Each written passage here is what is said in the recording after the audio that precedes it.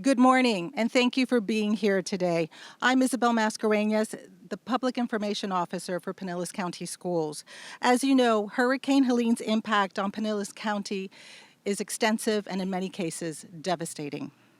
The storm caused major damage to two schools, Gulf Beaches Elementary and this school, Madeira Beach Fundamental K-8 School.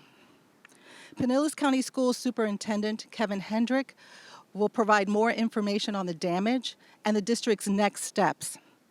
Joining him are Principals Bob Kaylock from Gulf Beaches Elementary and Principal Chris Atik from Madeira Beach Fundamental. Also joining him is School Board Chair Laura Hine. Please hold all your questions until the end. Thank you. Mr. Hendrick. Thank you, Isabel, and good morning. Our Pinellas County community has experienced tremendous loss and the impact from Hurricane Helene. First, our thoughts go out to the loved ones of those who lost their lives, those who lost their homes and their livelihoods, and all citizens who have been impacted. Unfortunately, in this loss was a Pinellas County Schools employee who passed away due to the impacts of the storm. And we know hundreds and hundreds of our employees have lost their homes or had them severely damaged.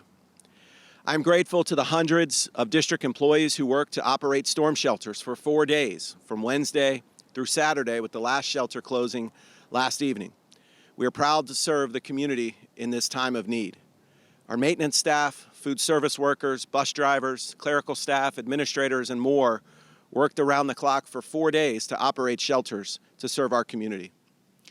On Friday, we began conducting damage assessments of school buildings to determine the ability to reopen schools.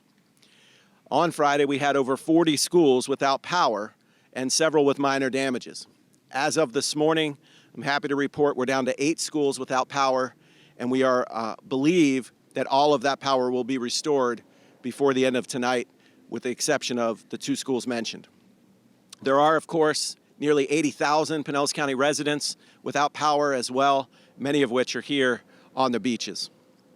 2 of our schools suffered severe damage caused from water from the storm surge, Gulf Beaches Elementary School and Madeira Beach Fundamental K-8.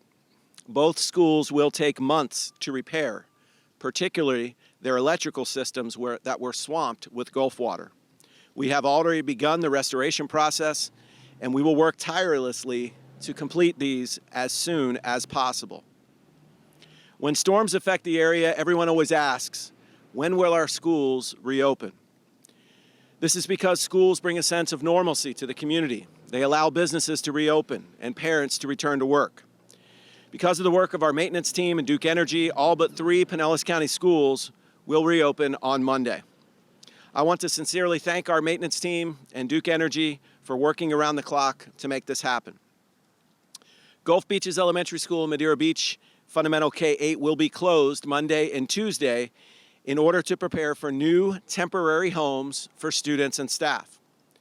Gulf Beaches Elementary School will move to Disston Academy in Gulfport.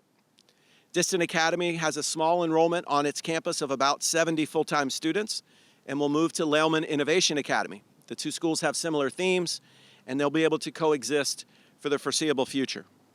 Because Gulf Beaches has approximately 300 students, the school will utilize the entire Disston campus and will be able to reunify and begin with minimal disruption. For Madeira Beach, the challenge is different. There are 1,400 students on this K-8 campus, and moving them to one site is just simply not possible. The school will temporarily operate on 2 separate campuses that are nearby one another, as many families have students in multiple grades at these schools. Madeira Beach Elementary students will attend Walsingham Elementary School and attend from 11:40 a.m. to 4:40 p.m. on a modified double session. Madeira Beach Middle School students will attend Osceola Fundamental High School from 12:10 to 5:10, again on a modified double session. This will necessitate Osceola Fundamental High School schedule be moved up 1 hour, with high school students attending from 6:25 to 12:05. Many of the Osceola Fundamental students, in fact, more than half, attended this very middle school and will be pitching in with their families to support their younger siblings and friends from their sister school. Before school care for Madeira Beach students is being arranged and will be in place by Wednesday when students return so that any family who needs to drop their child off at the normal school start time at 8 a.m. will be able to do so, and we'll provide transportation to their new sites in the middle of the day. Additionally, on Monday and Tuesday, the district will have child care for families whose students attend Gulf Beaches and Madeira Beach Fundamental from 8 a.m. to 3 p.m., and that will be located at Tyrone Middle School. Families do not have to register in advance, but must check in their child upon going to the school. Obviously, these changes are not ideal for anyone. However, they will keep their friends and teachers and the respective schools together until those schools are repaired. I heard from many parents over the weekend who offered their support, and the parents, particularly at these two schools, just simply asked, can you keep our children with their friends and their teachers? And we've been able to do that. We'll be holding staff meetings tomorrow with the affected schools and parent meetings tomorrow night to answer questions, to offer support, and to finalize the last-minute details. And we will work individually with families or employees that simply cannot work with the new school times and locations to find temporary alternative sites that meet their needs for their children. We'll also support, as we go back to school on Monday, for days, weeks, and months, the mental health of our staff and our families and all of the resources that they need. That includes transportation. Our transportation call center is open today, and today our transportation is calling over 80 families who live on the beaches here individually who used our bus transportation to find where they are, if they need transportation tomorrow, if they've relocated, and how we can support them. This is, of course, an emergency situation, but it's also a temporary situation and will not last forever. I continue to be amazed and humbled at how supportive the staff and the leadership at the affected schools have been. I want to commend Mr. Atik and Mr. Kalak for their leadership, their calm, and their sense of bringing their communities together. Our county and our school district proves time and time again that we as a community come together to support one another. We know that this plan will inconvenience some, but relocating these schools and nearly 2,000 students, of course, is a great impact on these students, their families, and our staffs, but we will get through this together.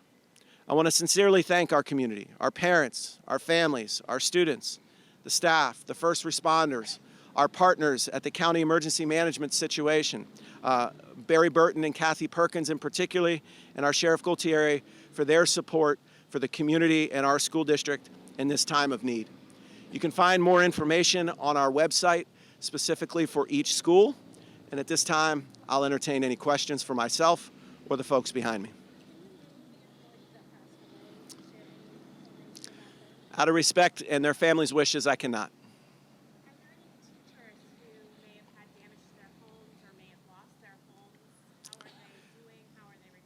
Yeah, there are dozens and dozens and dozens, maybe over 100 school board employees who have lost their homes, either temporarily or permanently.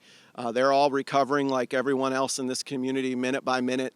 We've offered assistance both through the school district, the FEMA connections, our emergency management connections, and we're working with them, obviously, on employment situations in the coming weeks. Every situation is different. For some of our employees we've talked to, this is the third time in a year that their homes have flooded on shore acres. And so they have contingency plans. Some are staying with friends, with family. And like we've seen in previous ones, some will move and not come back. That includes families. And so we'll work individually with each one. Will there be any teacher shortages because of the impact? We don't anticipate teacher shortages or employee shortages. We have plans in place to make those coverages. This weekend, we've already reached out. We have over 1,000 substitute teachers that serve in our schools throughout the year. We've asked as many of those as possible to be available in the next couple days to assist, but we believe we'll have everything covered. You mentioned those parent meetings. Where are they going to be held? Are they online or how can people get there? Yeah, so the two big parent meetings, the one for Gulf Beaches is at 5 p.m. It'll be at Boca Ciega High School in the auditorium. That information's on our website. And then the Madeira Beach K-8 meeting will be at Osceola Fundamental High School. That one is at 6:30 p.m. Both are on Monday. They're not streamed. They're just live in person.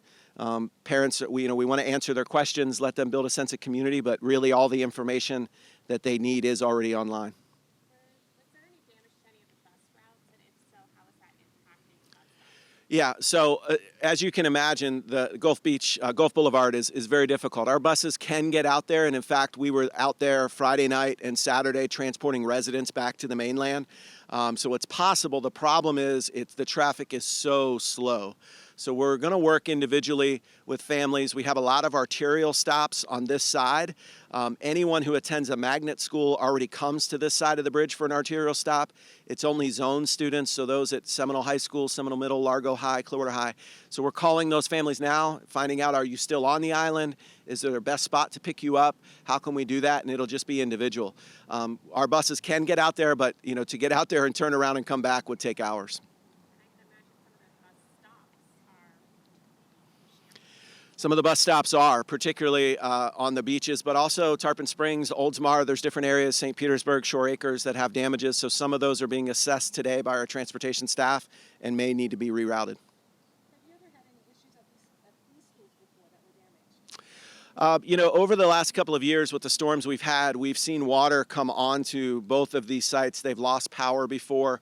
We have cameras, and so you literally watch the water come in. The dock has been hurt here before at Gulf Beaches. We've seen the water go underneath the former portables, but it never got into the classrooms in the last couple decades. So this is unprecedented, and I think the biggest piece is, we've had, classrooms flood before. We had Bowder Elementary School last year, water main broke and flooded the whole school. That's really easy to fix. It's the electrical systems that have been inundated with seawater. The electrical system here is actually about 20 feet from the intercoastal. That's where Duke's substation is. That's where our electrical room is. And so those are just going to take a long time to repair. Is there any other major damage besides the electrical and just cleaning up the sludge or whatever? In both schools, the water came in different classrooms, but 3 to 4 feet high. So you're talking all of the carpet, all of the instructional materials. And in elementary classrooms, those that have been in them, everything's on the floor. So your books, bean bags, the chairs are lowered to all of those things. All of that will be replaced. But really, that part's easy. We'll get that done. We've done that before. It'll take us, a couple weeks to get going. We'll start with just stabilizing the environment, the air quality, those things, and then you just work to replace those things.